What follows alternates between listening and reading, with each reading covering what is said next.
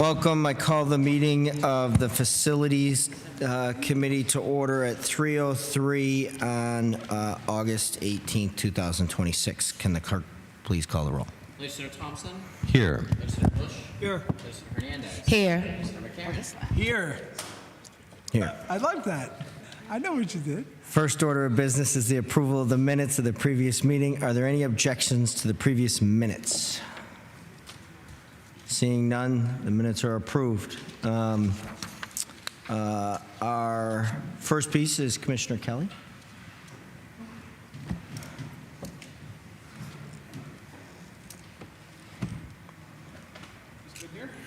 I don't think so.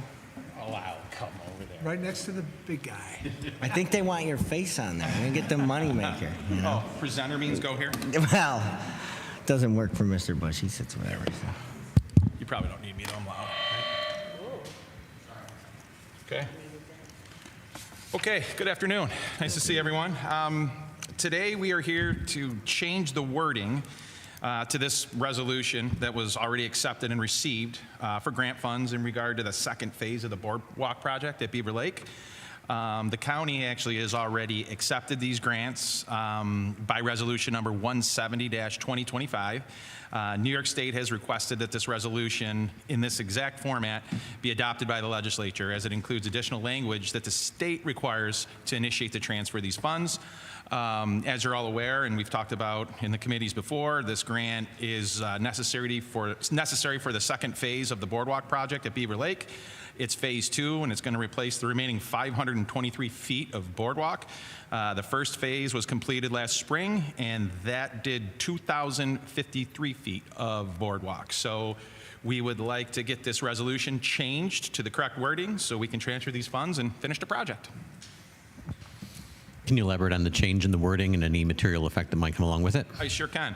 The change of the wording literally is one sentence. We in the first resolution, we did not cite the Clean Water, Clean Air, and Green Jobs Environmental Bond Act of 2022, Article 58, Title 5 of the Environmental Conservation Law. That's the only change to the wording.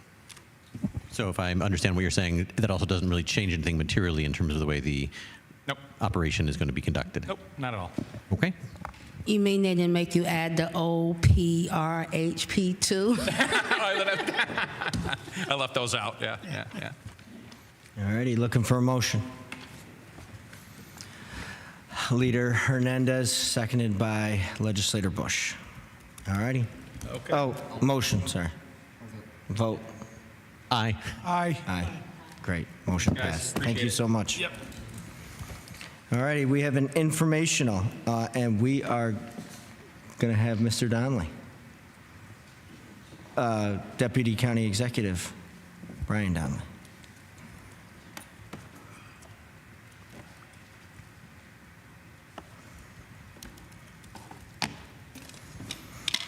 Good afternoon, everybody. Brian Donnelly, Deputy County Executive.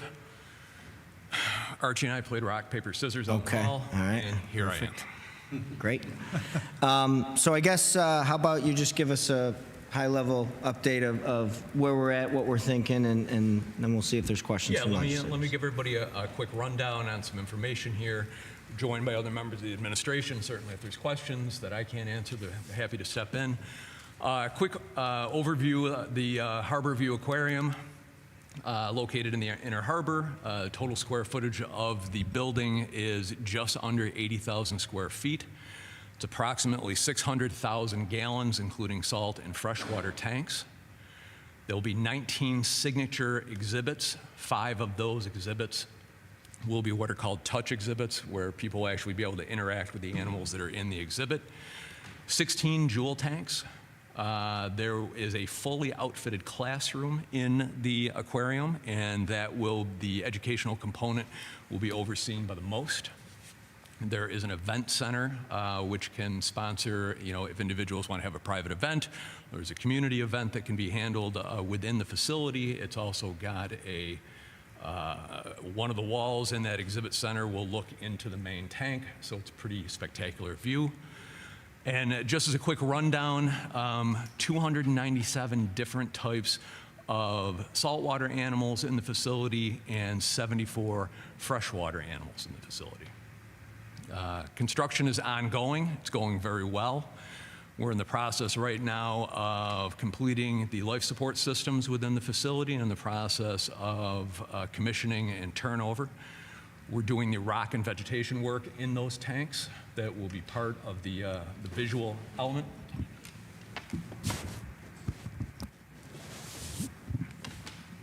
Sorry, those have to be very close. I'm not starting over. Rock and vegetation work in the tanks is going on right now. The exterior site work, grading, sidewalks, landscaping is underway. We did encounter a challenge this summer with the main piece of acrylic for the large tank. I think probably a lot of people saw in the news that that unfortunately was delayed. It was coming out of Italy where it was manufactured. So there were some challenges in actually getting it. The challenges are due to the size of the piece of acrylic. It's something that is not easily transported. Certainly there are height and width requirements not only in Italy, but when they came to the United States. So it was challenging getting it through Italy from one side of the country to the other, getting it on a ship, getting it over to the United States was the easy part. What we found once it got here was we were going to have to traverse via road 3 states, a portion of New Jersey, a portion of Pennsylvania, and then into New York. Again, we have height and width requirements that we're going to make that challenging, and those requirements and the routes that you can take can change on almost a day-to-day basis based on the type of road construction that's going on. What we were able to do, and I want to make sure that I thank the Canal Corp and former Mayor Walsh, they were able to put it on a barge, bring it up the Erie Canal, and bring it right into the Inner Harbor. So that was really a great partnership. We very much appreciate it. It did cause some delays in the project. So what we're looking at right now is a fall of 2026 opening. I don't have anything more specific than fall of 2026. We'd like to be, I think everyone in the community would, as open as soon as is possible.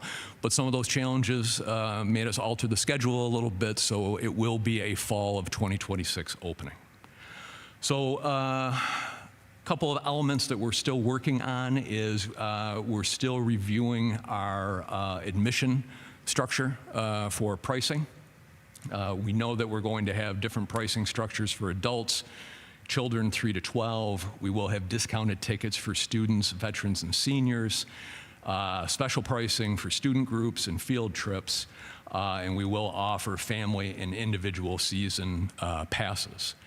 Again, this is something we're still reviewing, we're still setting, we're looking at it based with the foundation from the feasibility study. What I will say, though, as much as I can, is I did a quick review of other large aquariums across the country. Our pricing will be very reasonable. So I think that'll be a good thing for the community.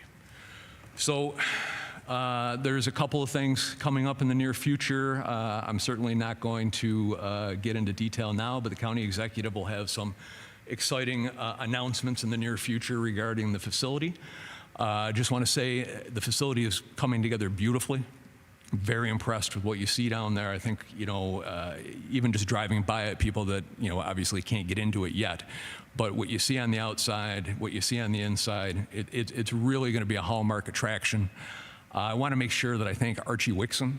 He is the driving force on the construction end and making sure that this project is completed and completed successfully. Certainly want to thank our contractors and workforce on site. They are working tirelessly down there to make sure that this project is brought to fruition. So that's a quick summary, and happy to answer questions. Great. Legislator, questions? A bunch, and I don't want to dominate if people want to jump in at any point. You mentioned like the unexpected delay with the massive acrylic being shipped from Italy. Yes. With the timetable changing, has there been any change that you've noticed in the overall budget in terms of how are you doing in terms of the budget for the project? No, it didn't cause any increase in cost to the county for those delays. And when we were here the last time, our budget is just shy of $104 million, I think 103.8, 103.9, and that's where the project still stands. Okay. You said that construction is ongoing. I know just from being a big fan of the zoo, one of the things that they run into is like the aquarium with the penguins in it sometimes having leaks. How are things going with the tanks that we're installing here at the aquarium? Are there any leaks? Are they holding their water? How are things coming together? To the best of my knowledge, everything is running well. Certainly, we are in the process of doing leak testing, but there's nothing that has happened that wasn't planned for or isn't being adjusted for.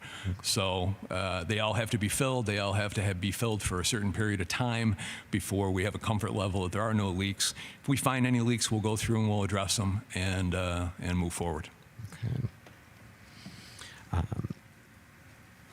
One of the ongoing questions was about parking. Has there been any development made in terms of your plans for parking to accommodate the number of visitors that you want to see at the aquarium on any given day? Yeah, parking is addressed based on the feasibility study, I believe, and certainly anyone behind me, correct me if I'm misspeaking. At peak time, we believe we're going to need space for 300 vehicles. That has been allotted between the spaces that we have on site and a agreement between Zoo Oceanarium, our operator, and the adjoining property owner will have more than enough space. Is that paved? It is not currently paved. But it's planning on. It will be treated. I'm not going to say that it's going to have parking lot paving, but it will certainly be very parkable. Okay. And who will be responsible for doing that, for preparing that parking area? Zoo Oceanarium. They will. Okay. So that will, so that will be not a pay lot, but a free lot for attendance to the aquarium, or is that a separately? So it won't be. It's undetermined at this point whether Zoo Oceanarium will manage the lot itself, i.e. staff it, or whether they will contract that out to a parking operator. As far as the lot being paid, I don't know. I'd have to go back and look at the cost analysis and feasibility study. I don't know if that's going to be a free lot or whether it's going to be a charged lot. Okay. And the Zoo Oceanarium contract, is that, how long is that contract for that you guys had done originally? I don't know. Typically, county contracts are either 3 or 5 years with 3 one-year renewals. Okay.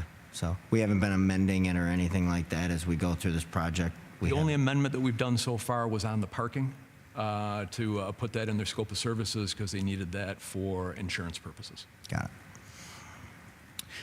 Speaking to the contract with Zoo Oceanarium, one of the things we talked about, and Commissioner Donnelly was very kind to reassure us that it was AZA accreditation across the board. You mentioned there are going to be a number of touch tanks. I know as a layperson, at least, the level of animal care that AZA has.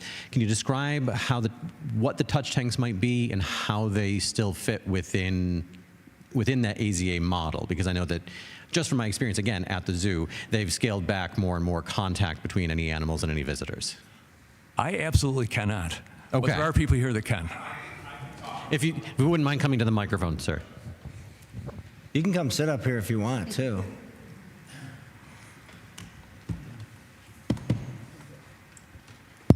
So yeah, in terms of AZA accreditation, that is happening. They probably about a 1.5 year process. They start with a mentorship program, and then your first inspection with the AZA is always pretty tough. So they give you some time to gear up. We've been in contact with them, speaking of them.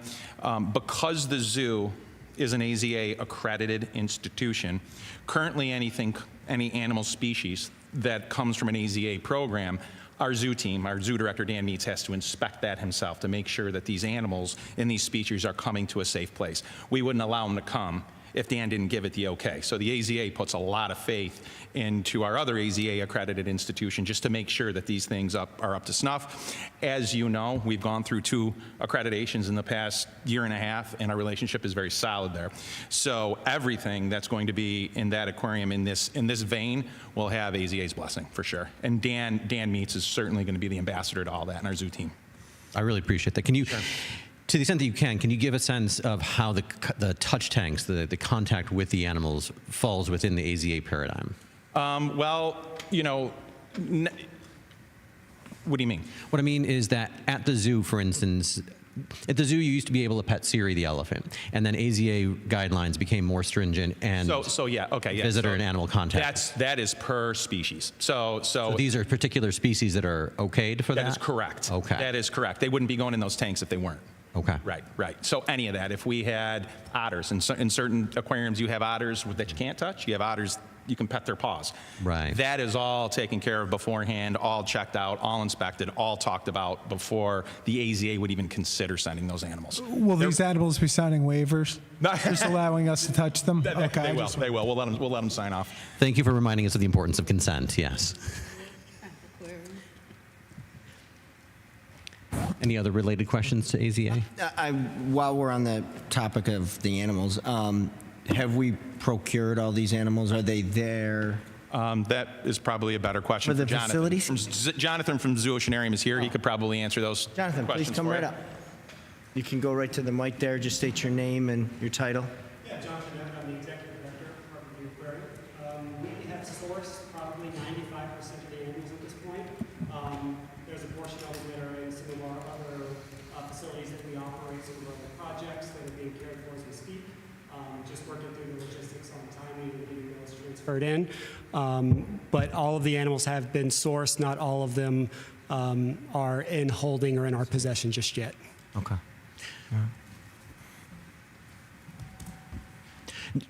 Can you speak to the process of getting them here? Sure.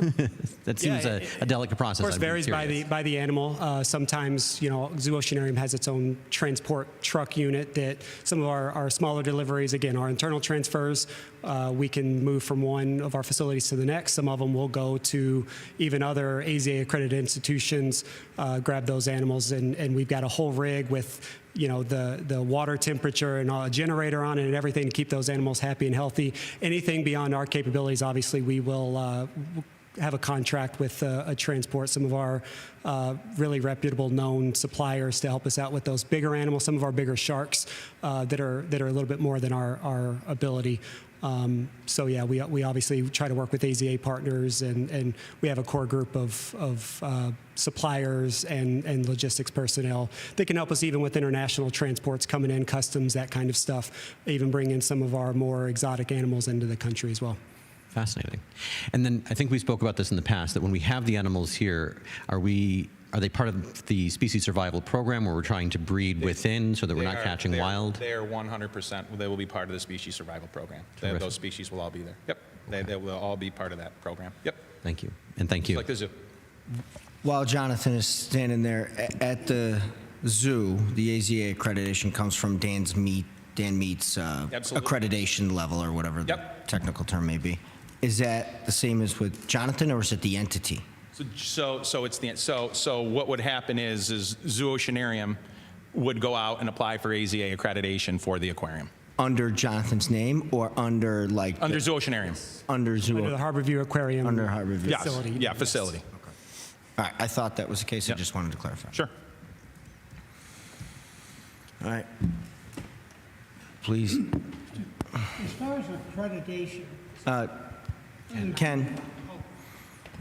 Or Legislator Bush. as far as accreditation, are there different levels or different types of accreditations for aquariums?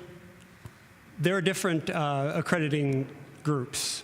For AZA specifically, it's kind of a one-stop shop accreditation. You either meet the criteria in the process or you don't. There are other organizations. The ZEAA, for example, is an alternative to the AZA. But for our specific facility, we are seeking specifically AZA accreditation. Because aren't some accredited as recreational and some for research? Not through the AZA. That's correct. Again, AZA, there's one single accreditation for the AZA facilities specifically. Same yes. accreditation as our zoo. So it's the same Correct. process. They would go through the same accreditation process at the aquarium as we did at the zoo. So correct me if I'm wrong, but the AZA is your gold standard. It is. And that's why Yes. we're talking It is about it. The 100%. ZAA is good, but the AZA is what you want. Right.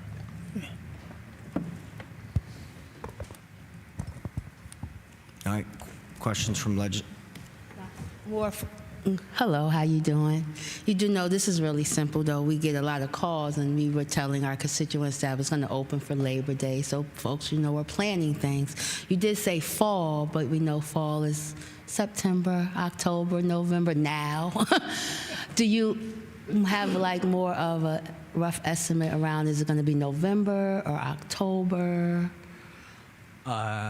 It will be sometime between September 21st and December 21st. Oh, wait. Oh, my Lord. Oh, we left out December. I'm sorry. I don't mean to be facetious. You know, we are working to open it as soon as possible. It's in the community's interest. It's in our interest. But I'm not in a position right now where I can commit to a date. So, but are you suggesting that Santa might be bringing the last fish? I would not suggest that. I would like to think that You can neither confirm nor deny. Would not be, but you know, sometimes Santa comes early. It's going to be too cold to get through the ice with those animals.